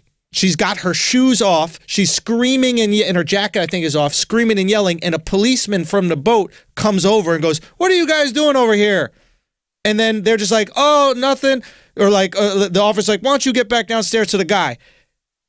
That's how normal sexual assault was. That a police officer could walk up on a guy. It looks like he's raping a girl. Yeah. And then he's like, gotcha. Go back to your bed. Bro, You know what I'm saying? What the fuck? I'ma tell you, Arrest that motherfucker. I was watching Players Club. Yeah, oh, come on. I watched it after the fight. We was in Brooklyn at Dolly's house. And I'm sitting there. You had a Brooklyn night. I was a Players super Brooklyn Club, night. Indica, it was- Oxtail. It was a scene in Shit. Players Club where the girl Ebony got drunk. She's coming out the club, and Alex Thomas was like, "We about to run a train on this bitch." And he got to the motherfucking car, and Lisa comes to the car and goes, "Ebony, get out this car. Them niggas about to rape you." I was like, "Holy shit!" He hit her with the verbal cue. Bruh. Then it's another scene where Lisa Ray's passed out drunk. The girl goes over to Lisa and starts eating her pussy. Lisa's driving, reminiscing about this shit. Then, of course, the huge scene at the end where Ebony gets her ass motherfucking kicked and this guy rapes her and just like, I ain't do nothing, man. Yo, and you want to know the crazy thing? That was a comedy. Yeah, was it? That's I mean, three. yeah. That's 3 rape By the way, scenes yo, you know in what? a comedy. Yeah, Son. yo, that was the other thing I was talking about too. I was like, yo, this movie had Adele Givens, Bernie Mac, Beast. Alex Thomas, Great movie. AJ. What's AJ's last name? AJ, the guy who played Ezel on Friday, is it AJ Calloway? I think no, that's fucking No, one that's six the other apart. AJ, yeah. What's AJ Johnson? Okay. You know what I mean? Yeah. I'm like, yo, they got these funny ass Charlie Murphy, son. God Yeah. bless the dead. All of these funny motherfuckers, and Great this shit movie. was dark. Yeah, great It was movie, though. 10 rapes. You know what I'm saying? I know they're chalking them up. Yo, It was yo, 10 rapes, you want to man. know something? I was thinking about this today about Weinstein, right? Because more and more people are, have been coming out and have had sex with Weinstein. Mm-hmm. Yo, Weinstein has to be the cockiest filmmaker of all time Why you say that? because he felt so confident in his ability to make Oscar-winning films. He didn't cast women based on their ability to act. He cast them based on their ability to suck dick There were some talented people though. at sucking He did dick. pick some talent. He did pick some talented people though. But he picked the most talented ones that suck dick. He's like the Bill Belichick of making films. That's actually a good. I wonder, did he strictly pick women that he was having relationships? Yes. All Think these so? shorties he smashed. Yes. Or did he pick talented women, but then try them? They had Both. to be willing, B. They had to be willing. I think he picked talented women, but tried them. I think they had to be willing. It's like, dude, but the arrogance of that, like the motherfucker won Oscar after Oscar after Oscar. Yeah. And I'll be honest, I'll be looking at some of these movies, right? And like when you look back at Weinstein movies and you see the casting, if you were confused back in the day, like with Good Will Hunting, you're like, why was Minnie Driver the female lead? Like she's not that cute. And then you're like, oh, oh, that's Maybe. why I mean, Minnie. but we That's don't- why She Minnie was doing fine that. in that movie. So she was fine, I'll but be she ain't no honest, John. Gwyneth Paltrow. I don't even know the fuck y'all talking about. Minnie Driver. You never seen curly Good Will black Hunting? hair. She was a Yeah. chauffeur. Yo, you're wild, bro. There's happened? no chauffeur in Good Will Hunting. It's not driving Miss Daisy, I thought he motherfucker. was a driver. No. I don't fucking know. What was she driving the golf cart? What the fuck? What was Good Will Hunting about? I didn't watch that shit. He's thinking it's Legend of Bagger Fans. Was that a debate movie or something? Wasn't it about debating or something? Nah, man. This is Matt Damon back She in was the the day. love interest, man. She was Wasn't it the about love- debating? Wasn't it a debate team? No, bro. No. I'm thinking of when they were doing the equations up on the board. Yeah, it was Yeah. a dope ass movie. Go watch Good Will Hunting. All I'm saying, I'm thinking about this Harvey Weinstein shit got me thinking different, bro. Bro, I can't even watch What's Love Got to Do with It no more. What? I tried to watch that shit the other day. I was cringing. What do you mean? I'm getting sore. I was like, yo, what the fuck, Ike? Like, What are they doing to her? Yo, Ike, listen, when Ike wilded out, when he wanted to, we focused on the eat the cake part. Eat the cake anime, like that's always been the thing. Yeah. Yo, Ike beat the shit out of 2 women in that fucking restaurant like it was nothing, then sat down and ate. And ate? Like it was cool. like what the fuck? Ike fucking beat Tita up and then raped her by the fish tank. Son, different time. You pointing out the Revenge of the Nerds shit was the best. That's Oh, the most man. clear example Oh, man. of because Shorty is okay with it, Yeah. right? Like in Players Club, it's demonstrating how bad they're treating women. Yeah, yeah, right? yeah, In the what's it called movie? Revenge of the Nerds. No, not Revenge, in the Ike movie. Ike movie. Yeah, how bad it is. Yeah, How yeah, yeah, bad yeah, it is to beat women. Yeah. In Revenge of the Nerds, homeboy basically rapes her. He snuck some pussy. He snuck some pussy, and then She it's liked it. rewarded. Yeah, that became his girlfriend. Yes. Like, listen, that's exactly what Aziz tried to do. He gave a girl some head, and he thought that it was going to be on from there. Yeah, but he didn't pretend the whole day that he wasn't Aziz. Like, he didn't pretend to be Kevin Hart the whole day and That's then went down and gave her some head and then took off the mask like, hey, it's me, Fact. master Yeah, of none. Yeah, that's a fact. I don't know, man. Well, it's a wild world. It's a wild world. You are bruh. lucky to be married, B. I can't wait. Isn't it? And that's the thing. I can't wait We to have get to married, we have bro. to treat this world from now on like we're on those goddamn what's those bucking things? You know, you get on and you ride them and try to stay on for as long as you can. Bull? Mechanical. Mechanical mechanical bull. America, the society we're in right now is a mechanical bull. And we're all like this. And every now and then you're going to get thrown off that motherfucker. But you just got to get back on and ride this shit again. And you know people are going to listen to that and be like, so Charlamagne, you're saying you should ride something without his consent? Okay, let's pay some bills. Is that what you're saying? Let's pay some bills. Support for today's episode of The Brilliant Idiots also comes from HelloFresh. HelloFresh is a meal kit delivery service that shops, plans, and delivers your favorite step-by-step recipes and pre-measured ingredients so you can just cook, eat, and enjoy. No more time-consuming meal planning or grocery shopping. HelloFresh makes it so easy to cook delicious, balanced dinners for less than $10 a meal. Just choose your delivery day, and everything gets sent right to your door in recyclable, insulated packaging. I'm telling you, this is the way that you have to eat if you can't cook to save your life. I can't cook to save my life. I'm going to keep it very real with you. All right, I'm a dude. I don't even have that many materials to cook. But they send it to the fucking house. Everything's pre-proportioned. You can't fuck it up, okay? If you fuck this up, you honestly shouldn't be cooking at all. They got 3 meal plans to choose from. It's got classic, veggie, and family, all right? So there's something for everything, the amount of people that you got, the type of meals that you're eating, etc. All right, plus there's lots of one-pot recipes for seriously speedy cooking. This is the type of shit that I need because I don't got time to be, roasting fucking chickens for 12 hours. I need something quick, minimal cleanup, and I'm out of there, all right? So you got to look forward to your HelloFresh box as a highlight of your week. That's what that shit is. I mean this, for real. I eat in my new place. The one problem I have in my new neighborhood is I don't have quick places to go get food. When I grew up in the East Village, there's $10 meals all over the place. $5 meals. I get a falafel right here. I'll get a salad place down the block or something like that. I get other like, little sandwich and then run out of things. Wow, it's like a business crowd there. It's not business. It's old people. It's diners. And I love diners, but when you sit down, it's $20. If I go into the diner, I'm spending $20, and I can't eat 3 meals a day out at $20. I could eat 3 meals a day out at $5 or $6 a meal.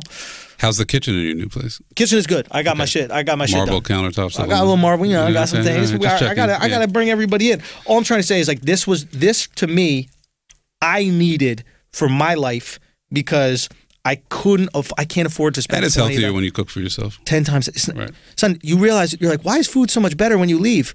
Because they put butter in that shit, sugar. bro. It's sugar and butter. Talk about inflammatory. Talk about inflammatory. Butter, sugar, all Butter, that shit. You start cooking for yourself. You start cooking for yourself. All of a sudden, you realize you're in shape, and you're like, "Why the fuck?" Because 1,000 calories less in sugar and butter alone. Bro, I eat meat and vegetables. That's it. Straight up. That's what you need. I eat meat and vegetables. I eat a salad. I eat meat. I eat vegetables. I don't do carbs like I used to. Yep. I mean, when I say I rarely do carbs, rarely. I do some sweet mashed sweet potatoes. Yep. Every now and then I might cheat and have some French fries. But it's a lot of things that go into your diet that make you look and feel better. I saw Layla Ali today. Oh my God. I'm glowing. 40 years Glowing. old. By the way, And got punched in the face for a living. yes, that's the best compliment you can get. When I was at the fight, when people was hitting me up like, yo, I see you at the fight shining. You had a fucking fur on. It wasn't a fur. Wait, did you hit him with the Denzel Washington in American Gangster? It wasn't a fur. It's a black-owned company that had a fur collar. It's called PRSVR. They're out of Atlanta. Let me my just bad. let Go people ahead. know about Yeah. this. So for $30 off your first week of HelloFresh, visit HelloFresh.com and enter the code IDIOTS30, okay?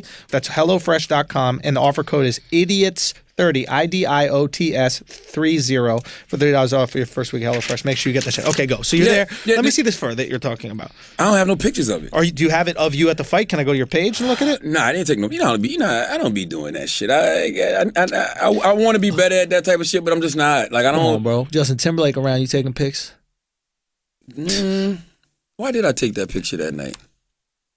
I don't know why I took that picture. I thought that was a cool picture. It was me and my Fucking man sick. Aiden and Justin. It was and sick. Justice dude Tracy. Like it was a good time. Yeah. You know what I mean? Like that was a cool night. I really didn't think to take no pictures that night. I was really enjoying the fight. But the company is called PRSVR, and they're out of Atlanta. And what's so crazy about this company, and this is a free ad, but they deserve it. I saw Diddy with a coat on that I thought was just incredible. So in my mind, I'm like, this shit got to be like $10,000, $15,000. When he was at the Breakfast Club the other day? No, hell no. Oh, That's okay. that fucking leopard skin shit. I'm talking about some shit I saw him have on that night at college party.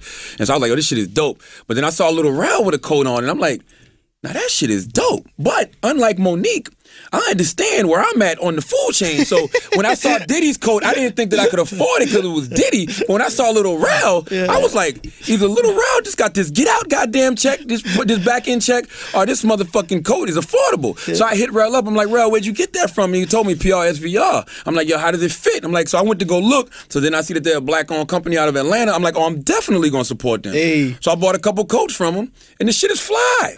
So it's just like I'm sitting at the fight with the black-owned jacket on, glowing because of my black dermatologist. You know what I'm saying? And people are seeing me on TV saying, like, yo, you on TV. Like, this was literally niggas was telling me, you on TV popping.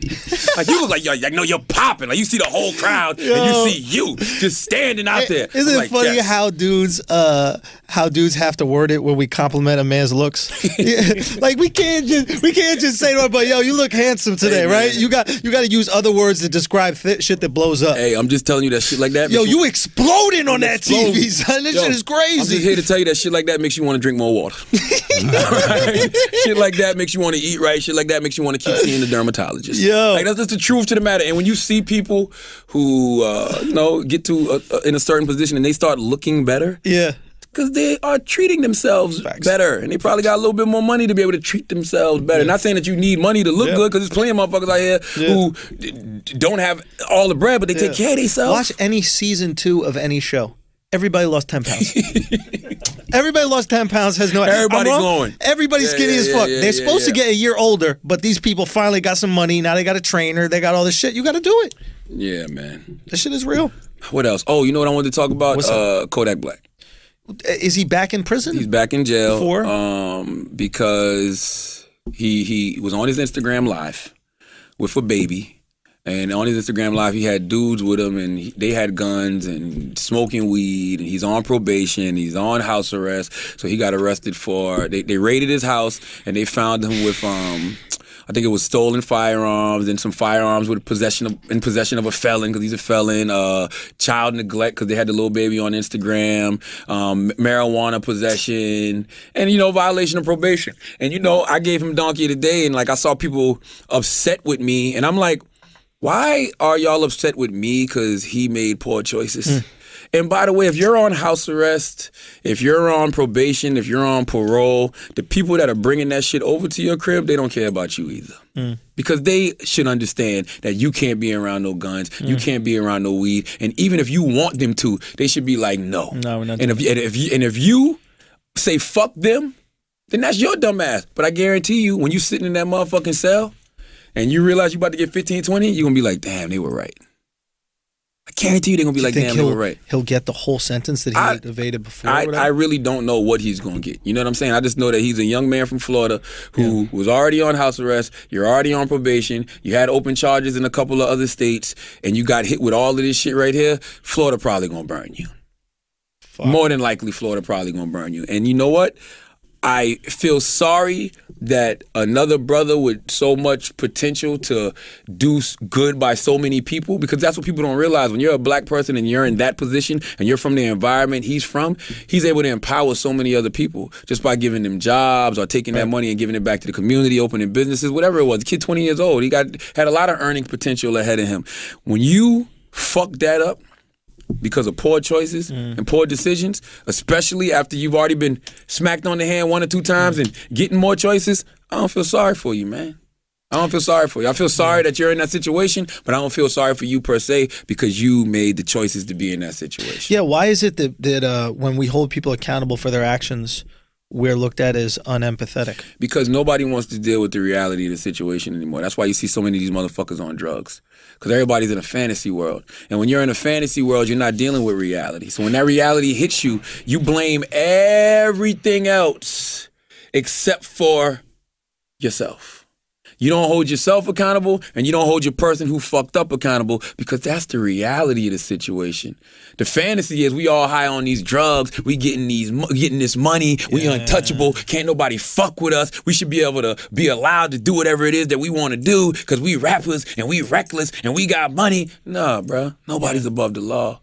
That's just the way the world works, period. And guess what? This is the thing that bothers me the most about all of this shit.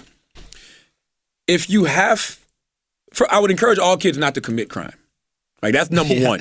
Don't do crime at all. Yeah. But if you have to do crime, you gotta broadcast it on social media. Yeah, don't brag and about it. It's weird for a guy like me, because I've been on this planet almost 40 motherfucking Don't years. wear the fur. Yeah, no, you can wear the fur if it's legal. All right? But You know, I feel what you're saying. What I'm saying Yeah. is that the American Gangster. The American don't Gangster. put on the fucking Yes. chinchilla. Yeah. I come from an era of, we wouldn't even talk on the phone when we was doing dirt. You know what I'm saying? I remember my father literally telling me, get the fuck out of his house if I can't handle business no better.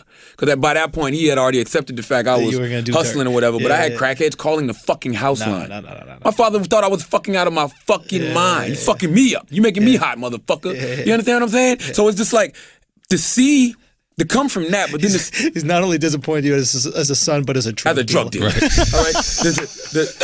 Take this shit seriously, Charlemagne. To come from that, but to see these dudes now just broadcast everything online. The robberies, the assaults, the guns, the drugs. Bro, you know you on probation. What makes you think the FBI don't have motherfucking social media? And that's what happened. Somebody gave a tip about his Instagram live to the motherfucking FBI, and they raided his motherfucking house. Or the police raided his fucking house. I don't know if it's the FBI, but some law enforcement raided his fucking house. It's just dumb at the end of the day. Don't you think earlier generations would have done it too, though? Part of it is just if that technology had been there. Because part of it is just being young and stupid. Well, earlier generations had the phone, and when they would take, he's not wrong, because look at the bottle competitions that the drug dealers would do at the club, right? Right. Like the one drug dealer would come to, and they still do it now. Drug dealer comes to the club, I'm gonna buy these bottles. Another one comes, I'm gonna buy all the bottles, and then they're having these bottles. All those Harlem guys were legendary for being as ostentatious as possible. Like that was part of. But There's here's just the no thing. social media. Here's the But thing. if there had been, I gotta think Here's they the would have done thing, it. Chris, who's stereotyping people right now. How? I mean, I was about to talk about punk rock being an example of this too. But okay. Because if I'm in the club and I see a bunch of black guys buying bottles, I'm not going to assume they're drug dealers. I will. All right, I'm not gonna, they could be rappers, they could be basketball players. Why the fuck you got to be the lowest of the stereotypes? I'm gonna go through the legal professions first. Do you know what I mean? I'm gonna look at their height, and I'm gonna go, oh, they're all under 6 feet. Must be rappers. Must be rappers. And then I'm gonna ask them, be like, yo, are they some rappers? They're like, nope. They're like, well, but probably don't work at Morgan Stanley. Okay, but that's even different than being online, holding your motherfucking guns in the air, punching women in the fucking face, robbing liquor stores. Buying bottles isn't illegal. Buying bottles is not illegal. Doing the drugs and having the guns is illegal in your broadcast. It's like on another level You're snitching on of yourself. almost arrogance. Yeah, you're snitching on yourself. You're not just being arrogant with your money. You're literally snitching on yourself. It's literally like picking yourself out of a lineup. Like you're sitting behind the window. That's me. That's me, officer, right there. Him with the dreads and the fucking face tattoos and the gold teeth. That's me. Sir, can you stop pointing at yourself in the picture, please? I'm serious, man. It's a weird time. I don't know, man. It's a weird time where we're making excuses for bullshit, for our bullshit, and even to go full circle to that convo you had about the girl that came on. She was making these excuses for the industry and these types of things, and all excuses do are stop you from achieving things that you want to achieve. And it's been I can complain about, I know this sounds even crazy to say, but maybe lack of opportunity for white dudes in entertainment right now. I can complain about it, or I can just put out my own shit, my own stand-up. I can get my ass out there and write my own shit. I can audition. I can do everything I possibly can to put myself in power and also give it to the people. The people ultimately are going to be the ones who decide, and I'd rather put my hands in the people. If y'all think I'm funny and y'all fuck with me, then come fuck with me. Fuck this industry. And I think that's really what it comes with. It's like personal accountability for anybody going through something fucked up, for anybody who wants anything. If you're willing to hold yourself to the highest standard, if you're willing to put that on yourself, I think you can succeed if you're willing to hold yourself to that standard. It's way easier to just be like, nah, I'm not succeeding. I'm not succeeding because the powers that be are holding me down. Yeah. It's a convenient thing to do. Yeah, it's convenient. It's convenient to say everything else is the reason you're not prospering. All I want to know is when you finally do prosper, what was the reason that you finally made it? Was it everything else as well? That's all I want to know. Because you would have to chalk it up, right? Yeah. Now, if everything else kept you down. If the system and everything else is holding you back, when you finally make it, then you got to give the system that credit too. I'm too arrogant for that. What do I always say? The bad things that happen in my life are because of me. The good things that happen are because of God. And people get mad at me for that. Like, don't give God the credit. You did that. No, let me do what I do. Because guess what? When things don't go right, I don't blame God. I just put it on me. Interesting. You know what I'm saying? So when the bad things in my life happened, it was a choice that I made. When the good things happened, it was a choice that God made for me. Can you also give yourself credit for those situations that you do? I guess because when it's You chose to work 80 hours a week.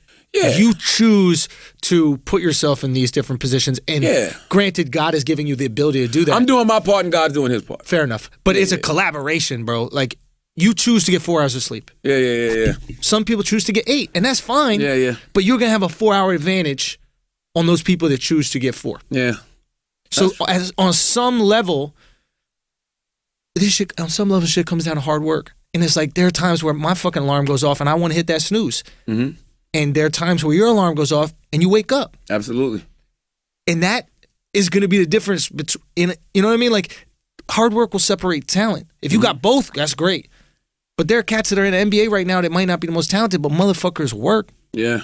Steph Curry can't even dunk a basketball. TJ He got that McConnell. 3. Say it again. TJ McConnell. TJ Might McConnell's be a my perfect favorite example. player in the NBA. Who is TJ McConnell? Exactly, but he's a backup point guard for the 76ers. killing But my it. man he's 5'11". Yeah. He should be playing for the Patriots. That's what he should be doing, right? Running slants. Exactly. Should be Goddamn running slants for the Patriots, getting man. concussions. I know this isn't flagrant Fly, too. Eagles but fly. Let's talk about it, though. Let's I've talk never about seen it. anything like the New England Patriots. man. Talk on it. And the truth to the matter is, with the degree of difficulty and the degree of danger in football, Yeah. what Tom Brady and Bill Belichick have done by going to 8 Super Bowls is the most impressive thing I've ever seen in sports. And what is it? I don't fucking you thought about it. know. What is the I don't know. difference I'm between- listen, I'm literally going to the bookstore today to buy TB12. That convinced you. You're like, something I'm up going with to buy this this book. guy. Something ain't right. This motherfucker's 40 years old, bro. I know how it feels. Like, my knee is popping now. All right? And I This sit motherfucker's- down for a living. Yes, this motherfucker's out there playing at an extremely high level at 40. Yeah. He's clearly doing something different than the rest of us are doing. Yeah. And he's got to be top 3 white men ever. Tom Brady, no, seriously. Tom Brady's up there with the founding fathers. Jesus. Jeez. I mean, white Jesus was black. You know what I mean? Elvis. Like, who are the top, Albert Einstein, who are the top white people ever? Tom Brady got to be up there. He's got to be up there Oh, he gotta be without up question. Got Yo, a Brazilian bitch. and listen, not only has he been to the Super Bowl 8 times, he's won 5. Yeah, it's insane. It's unbelievable. There's nothing in sports that has ever been that remarkable. And I grew up in the Bulls era. Yeah. I grew up in the Bulls era. It's harder. In football, it's harder. Football, Yeah. This is CTE. Yeah. This is motherfuckers getting injured all the goddamn time. Peyton Manning in his last Super Bowl was done. Yeah, He was a shell of himself. Yeah, yeah. I remember Brett Favre being a shell of himself. Yeah. Like, this motherfucker Brady is winning games. winning at 40. He's winning games. Did Yeah. my Eagles have a chance? I haven't really followed it. Son, that they tight. do. Did Yeah, they it's have a football. chance? Sunday, It's always a chance in Sunday, football. Eagles are the great defense, and this guy Nick Foles is legit. Always a chance. I'm in used to football. a lifetime of disappointment, so I'm not. I think that your low expectations are good. Right, yeah. I think that's the way to go about it. But you bring up something. You bring up just something interesting about this fucking team. There's something special that they're doing that other teams aren't doing.